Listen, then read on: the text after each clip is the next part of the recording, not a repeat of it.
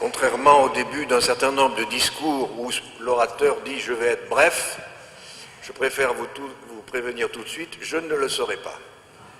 Donc calez-vous bien dans vos sièges, puis si c'est trop long, vous n'hésitez pas, vous sortez, vous revenez après. Pour aujourd'hui, la liturgie nous présentait 2 évangiles au choix. Je vois que Damien s'apprête à partir déjà. Attends un peu quand même. Celui que nous venons d'entendre, où Jean-Baptiste annonce le Messie qui doit venir juste après lui, et la généalogie du Christ telle que la rapporte l'évangéliste Luc. J'ai préféré vous épargner la généalogie avec sa litanie de noms difficiles à prononcer. Il y avait un point commun entre les 2 textes pourtant. C'est que dans l'un comme dans l'autre, il est question d'une succession, d'un passage de témoins. Dans l'évangile que nous venons d'entendre, Jean annonce qu'il va laisser la place à quelqu'un de plus fort que lui. Et dans la généalogie, on voit des générations se succéder. Et moi-même, je vais bientôt partir, mais je vous demande encore un peu de patience. Bientôt quelqu'un me succédera. C'est la succession apostolique par laquelle les évêques unis au pape assurent la continuité de la mission confiée aux apôtres par le Christ. Anne, ma sœur Anne, ne vois-tu rien venir? Plaisantait le père Corpato. Il sèche la messe. Donc Anne, ma sœur Anne, ne vois-tu rien venir? Plaisantait le père Guy Corpato, déguisé il y a quelques jours lors du Noël des enfants du personnel. Quelques évêques amis, dans leurs vœux pour cette année 2007, m'ont posé aussi cette question. Et d'autres me disent « patience ». Alors désolé de vous décevoir, mais il n'y a toujours rien en vue. Je ne suis pas, ceci dit, dans une situation aussi désespérée que l'épouse de Barbe-Bleue, dans sa tour, dans le célèbre conte de Charles Perrault. Mais je trouve que nos responsables ont une manière bien particulière de traiter les personnes. Faut-il que les évêques fassent du chantage au départ, descendent dans la rue, fassent du sitting ou plantent la tente devant l'annonciature pour que l'on n'abuse pas de leur esprit d'obéissance et de leur dévouement, pour qu'on mette en route les procédures plus tôt, pour qu'ils partent le jour de leurs 75 ans et non pas des mois plus tard. Sachez cependant que je ne me plains pas, c'est vous qui êtes à plaindre, dans votre attente d'un nouvel évêque, plus jeune, plus dynamique, plus entreprenant, plus à l'écoute, plus compréhensif, plus paternel, plus disponible, plus sain en fait. L'obéissance est un pacte qui se fait et qui se vit dans la confiance. Celui qui obéit montre sa disponibilité à servir. Mais celui qui commande a comme devoir de suivre les règles établies et s'il ne les suit pas, d'en donner les légitimes raisons. Avant d'invoquer l'obéissance nécessaire, on doit pratiquer la charité indispensable, dit pourtant un document émanant de Rome. Les récents vœux du pape François à la curie romaine montrent tout le travail qui reste à faire pour rendre les dicastères plus attentifs et plus efficaces. Pour ma part, je ne pense pas avoir, durant mes années dans les Hautes-Alpes, prolongé indûment un curé dans sa charge au-delà de ses 75 ans. S'il était prolongé, c'était avec son accord. Alors mes souhaits en ces circonstances, si particulières pour vous en cette année 2017, quels sont-ils? Eh bien déjà, que vous ayez enfin un successeur. C'est un vœu qui entre dans le champ des possibles. Ce successeur, quel sera-t-il? Ni vous ni moi ne le savons. Ce que nous savons, c'est qu'il sera différent. Et ce que nous savons aussi, c'est que nous continuons à assister en Europe à une diminution de la pratique religieuse, à une vie familiale, sociale, économique qui se passe volontiers de ce que peut dire l'Église institution, à l'égard de l'hostilité, à l'égard du clergé dans son ensemble, à raison des scandales, des contre-témoignages, des enfantillages de quelques-uns, à une disparition sur la place publique de tout ce qui est explicitement chrétien. Peut-être le sent-on moins dans notre diocèse montagnard que dans un diocèse urbain, mais en dépit de ce que mes successeurs seront et feront, ce mouvement de fond semble inéluctable. Si mon successeur est meilleur et plus sain que moi, peut-être suscitera-t-il un sursaut de foi ici dans les Hautes-Alpes. Mais la vague de fond est planétaire et le département des Hautes-Alpes, malgré sa tradition de résistance au changement, ne manquera pas d'être touché, qu'il le veuille ou non. Je voudrais vous lire un petit passage là. Un fait. Il y a 50 ans, la population était chrétienne. La famille avait des enfants. Le recrutement sacerdotal était satisfaisant. Peu à peu, les populations se sont éloignées de l'Église. Les foyers sont devenus stériles. La moitié des ménages irréguliers. Le nombre des enfants qui ne sont pas baptisés, qui ne vont pas au catéchisme, augmente dans toutes les classes de la population. La foi n'existe pas chez le plus grand nombre. Elle n'a jamais existé ou elle a été perdue. On parle comme une mode, comme une convention sociale. Le mariage à l'église et les funérailles à l'église, geste plus social que religieux. Dans ces conditions, l'éducation religieuse de la plupart des enfants ne peut pas se faire dans la famille et par la famille. D'autre part, la famille détruit par son ambiance même ce que l'enfant apprend au catéchisme ou à l'école. Il y a là un problème dont il faut trouver la solution. Je pourrais continuer. Ceci a été écrit par l'un de mes plus illustres prédécesseurs, le cardinal Saliège, en 1942. On pourrait dire la même chose aujourd'hui. Juste un exemple de ce qui se profile à l'horizon, disons avant la fin du siècle. J'ai écouté durant ces vacances la rediffusion sur Europe 1 d'une émission concernant les développements en cours de l'intelligence artificielle.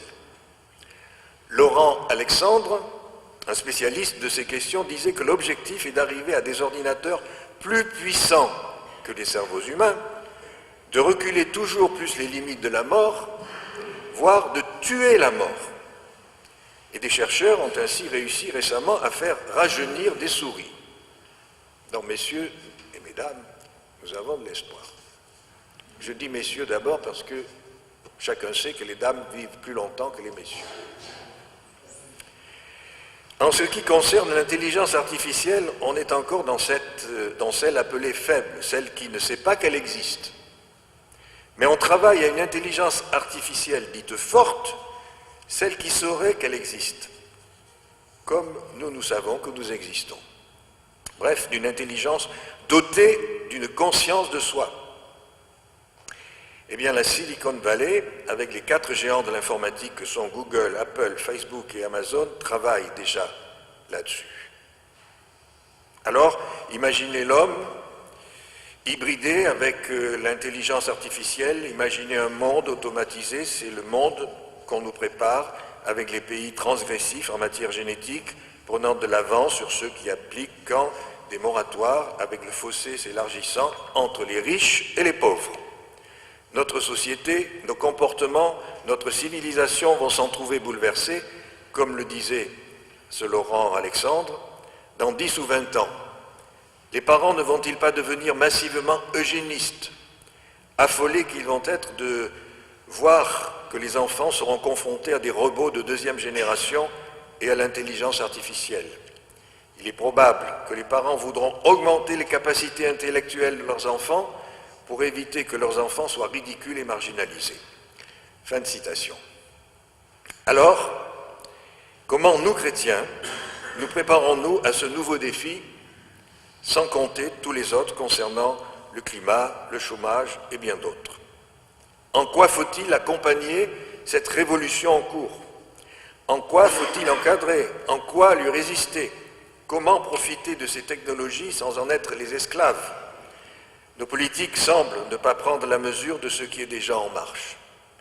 Mais nous, comme chrétiens, en ce domaine, comme en bien d'autres, nous avons le devoir de veiller et de lire les signes des temps, dont certains ont été évoqués ce matin par Pierre Fournier dans le commentaire du texte du Conseil permanent sur la politique. Alors il nous faut veiller, ne pas rêver. Or j'avoue que je suis effaré de voir à quel point certains catholiques vivent dans leur bulle aseptisée, sans se rendre compte de ce qui se passe autour d'eux. Ainsi, ai-je entendu en cette période de vœux certains souhaiter un règne social du Christ sur la France et les Français pour 2017. Ce n'est pas en cela que le Christ nous appelle. Comme je ne cesse de le répéter, et tant pis, je le répète encore, on ne regarde pas l'avenir dans un rétroviseur. À trop regarder dans le rétroviseur, on risque de ne plus voir la route et manquer un virage. Nous avons partagé ce matin ensemble quelques réflexions du Conseil permanent des évêques de France sur le sens du politique. Le Christ ne demande pas aux chrétiens d'aujourd'hui de se battre pour un retour à des institutions civiles chrétiennes, si tant est que cela ait un jour existé. Dans un contexte de minorité, le Christ ne nous appelle pas à transformer toute la pâte en levain. Il nous appelle à être le levain dans la pâte, ce qui n'est pas la même chose. Convertir toute la pâte en levain est impossible. Et puis je ne sais pas si vous avez goûté du levain, mais c'est immangeable et indigeste. En revanche, être le levain dans la pâte, alors cela est possible. Pour ceux qui considéraient cette image trop datée, trop typique des années 70, je rappelle qu'elle est celle du Christ et que le pape Benoît XVI lui-même, qu'on ne peut taxer de progressiste, l'a reprise lorsqu'il a évoqué la manière juste de parler de Dieu à notre époque. Mon souhait donc pour 2017 nous concernant, c'est que nous nous mettions à inventer de nouvelles manières d'être au monde dans un contexte minoritaire, sans repli sur nous-mêmes, sans étendard brandi, stigmatisant ceux qui ne pensent pas comme nous. Qui donc est vainqueur du monde ? C'est la question que pose Saint Jean à chacun de nous ce matin dans sa première épître. On pourrait être tenté de répondre, le vainqueur du monde, c'est le plus fort, le plus habile, le plus riche. Mais Jean nous répond tout autre chose, et sous la forme d'une question qui est en fait une affirmation, le vainqueur du monde, n'est-ce pas celui qui croit que Jésus est le Fils de Dieu ? Si on répond le plus fort, le plus habile, le plus riche, on se méprend complètement sur le monde dont parle l'apôtre Jean et sur les moyens utilisés pour le vaincre. Le monde dont Jean parle n'est pas le monde d'ici-bas, le monde géopolitique. Ce n'est même pas le monde en tant que famille humaine. Car celui-là, nous avons à l'aimer, à en être les serviteurs et non pas les vainqueurs. Le monde dont parle Jean est en fait celui du péché, le monde qui résiste à Dieu. Et ce monde-là, peut-être que le chrétien le porte encore en lui, peut-être qu'il le trouve aussi autour de lui, peut-être qu'il le combat encore en lui et autour de lui, mais d'ores et déjà, il en est le vainqueur par le moyen de sa foi. Aux origines du christianisme, l'Église était une communauté de croyants, une communauté d'hommes et de femmes qui prenaient une décision ferme et définitive, celle du baptême. Ils cherchaient alors à vivre en conformité avec ce baptême, même s'ils restaient pécheurs. Avant de devenir une communauté ayant pignon sur rue, pleine de prérogatives, l'Église était une famille, une communauté de croyants qui n'avait comme bouclier, comme force que sa foi dans le nom du Fils de Dieu. Alors puissions-nous redécouvrir cette grâce des origines. La foi chrétienne sera toujours un scandale, une pierre d'achoppement, un obstacle. Car la foi nous place devant le plus grand scandale qui soit, la croix. Le scandale d'un Dieu qui n'est pas venu dans sa toute-puissance, mais dans la petitesse. Le scandale d'un Dieu qui est venu non pas seulement avec l'eau, mais avec l'eau et avec le sang. Il apparaîtra toujours absurde à certains de croire en un Dieu qui s'est fait homme et qui a accepté la mort sur la croix. Mais il est bon que nous ressentions nous aussi comme croyants ce scandale-là. Il est bon que nous restions interpellés, interloqués, émerveillés par l'amour d'un Dieu venu à nous jusqu'au sang, jusqu'à la crèche et la croix. Car alors, nous ne serons pas des fonctionnaires du culte, mais des témoins. Or, nous nous habituons trop à la croix. Nous la portons en pendentif, nous l'encensons. Mais sommes-nous encore bousculés par elle, comme certains l'avaient été lorsque le Christ a été exposé dans la cathédrale sur une chaise électrique? Pour qu'elle touche les intelligences et les cœurs, notre foi doit continuer à titiller nos intelligences et à bouleverser nos cœurs. Elle doit continuer d'irriguer nos vies. Sinon, rien de ce que nous dirons ne touchera nos contemporains. Nous ne répondrons pas à leur vie ni à leurs préoccupations. Oui, aujourd'hui le Christ est né, bien né. Oui, celui que Jean le Baptiste attendait est venu. Oui, le Fils bien-aimé en qui le Père trouve sa joie s'est manifesté au monde. Oui, par lui, Dieu nous a déjà donné la vie éternelle. Oui, le Christ est vainqueur. Mais le temps où tout sera soumis au Christ n'est pas encore venu. Le temps présent reste marqué par la détresse, par l'épreuve, par le combat, par les défis à relever. Le temps présent continuera d'être un temps d'attente, de veille et d'action, et ce temps, c'est le nôtre. Jean le Baptiste, baptisé dans l'eau. Jésus est venu, lui, dans l'Esprit Saint. Et nous, pour vivre le temps présent, dans quel baptême avons-nous été baptisés? Seulement dans l'eau? Non. Nous avons été baptisés dans l'eau, dans le sang du Christ et dans l'Esprit Saint. Alors, qu'en ferons-nous?